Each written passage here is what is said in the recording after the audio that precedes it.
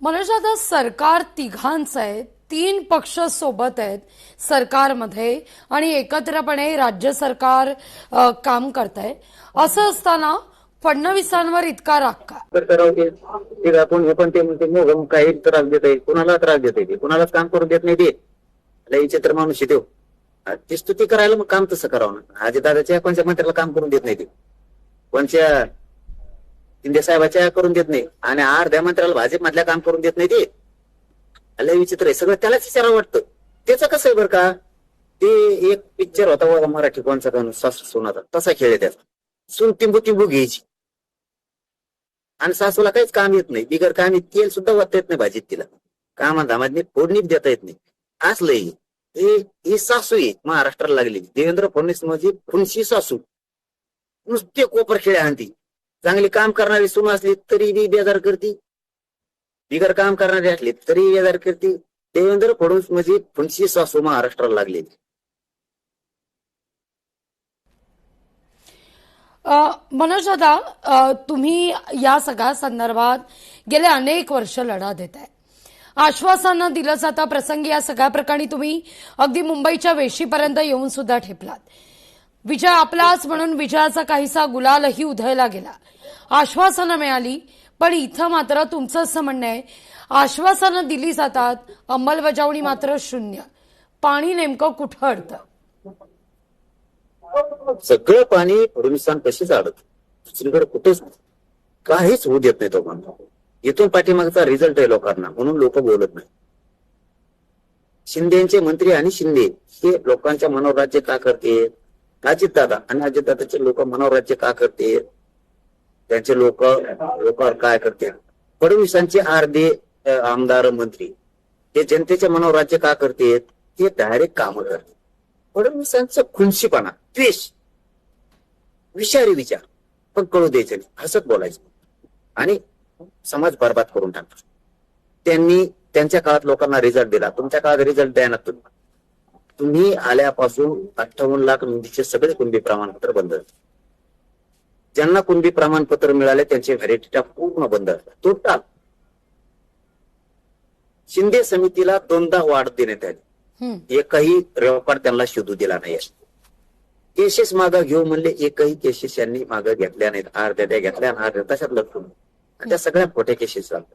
बलिदान गेलेल्या कुटुंबाचा निधी रोखणारा माणूस कोण असणार तर ही स्वतः.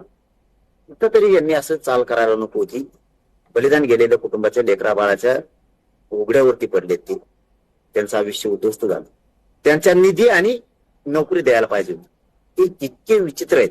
यांनी खूप सारखीच्या योजना बंद केल्या. MNS बंद केली, शेवटी बंद आहे 400,000 पोरांची. फडणवीसांनी EWC ECBCचे पोरांचं वाटोळ करून टाक नाही, त्यांना शिकले ते. देवेंद्र फडणवीस साहेब एक करतात, त्यांच्या जवळचा अधिकारी निवृत्त झालेला असला तरी 2 वर्षाची बढती दिली जाते. ते यजबार झालेलं आहे तरीही पण त्याला दिलं जात. आणि जे पोरं MPSCचे पोरं 10-10 वर्षे शिकले, यांच्या निवडणुकामुळे MPSCच्या पोराचं वाटलं जात. यांनी त्याला 2 वर्षाची मुदत वाढ नाही दिली. इतकं विचित्र काम आहे. म्हणून सगळेच कदारले, फक्त आतून खतखते. एक दिवस होईल, आतून खतखते एक दिवस होईल मोठी. ते लाड बोल काय दिवस देत नाही. लाडा काय त्यांचा प्रयत्न त्यांनी केला, पुढचा माणूसच नीट नाही, ते तरी काय करणार? ते काय करणार? सरकारकडून वारंवार सांगितलं जातं, अनेकांच्या नोंदी या ठिकाणी सापडलेल्या आहेत. हैदराबाद गॅझेट संदर्भात काम सुरू आहे, अनेकांना प्रमाणपत्राचं वाटप केलं जात आहे, असे आकडे समोर येत आहेत, तशी वक्तव्य समोर येत आहेत. तुम्ही म्हणताय प्रत्यक्षात मात्र काहीच होत नाहीये.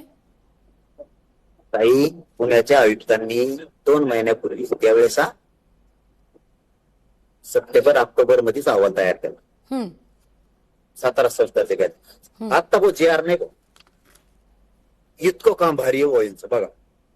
हैदराबादचा JR काढलेला आता उद्या 29 मेला 1 वर्ष 10 महिने पूर्ण होत. प्रमाणपत्रच वाटप कशाला काढणार आहे? 70 वर्षात निघत नव्हता तो देवेंद्र फडणवीसांनी विखे पाटलांनी काढला. आम्ही म्हणलो 70 वर्षात समाजाला जे मिळालं नाही ते यांनी JR काढला म्हणून आम्ही जिंकलो म्हणलो आणि गुलाल उधळलाय. आणि सत्याचे ते JRच नाही मराठ्याचं एक पण 75 वर्षात पहिला JR आहे. काढला आम्ही श्रेय त्यांना देऊन टाकलं फडणवीसांना आणि विखे पाटलांना. का रे प्रमाणपत्र वाटवायचं थांबवले? पुढचं लढायचं नाही का मग?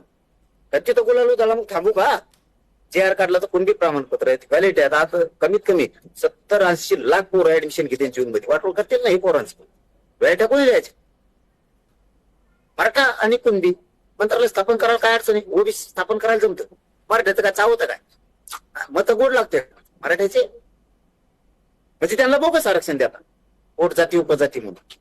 83 क्रमांकाला मराठा आणि कुणबी एक असून मराठ्याची पोटजात कुणबी होत नाही का? उपजात होत नाही. यांनी सगळे सोयरे देता येत नाही म्हणते सगळ्या सोयऱ्याला. ज्याचे सगळे सोयरे आत 180 जाती होत्या 67ला. 450 कुठून आल्या? भोगत जाती सगळे पाहुणे आत घालून बसले. यांचे आडनाव बी एक नाहीत. यांचा रोटीबिटी व्यवहार पण नाही. तरी आरक्षणात आमचे आडनाव एक आहेत. फक्त गाव दुसरीकडे समान आडनावाल्या सुद्धा द्या ना. ते आमच्या रक्ताचे असू. यांचं कोणतं रक्ताचं नातं आहे? कोणते संबंध आहेत रक्ताचे यांचे? ते सोयऱ्याचं नातं आहे यांचं. रक्ताचे नातेवाईक नाही. तरी त्यांना पोटजाती उपजाती म्हणून आरक्षणात घातलं का? ओबीसी मत आणि मग मराठीचे मत पाहिजेत होय तुम्हाला पुढं आता. लोकशाही मराठी ऐका, पहा, जागरूक रहा.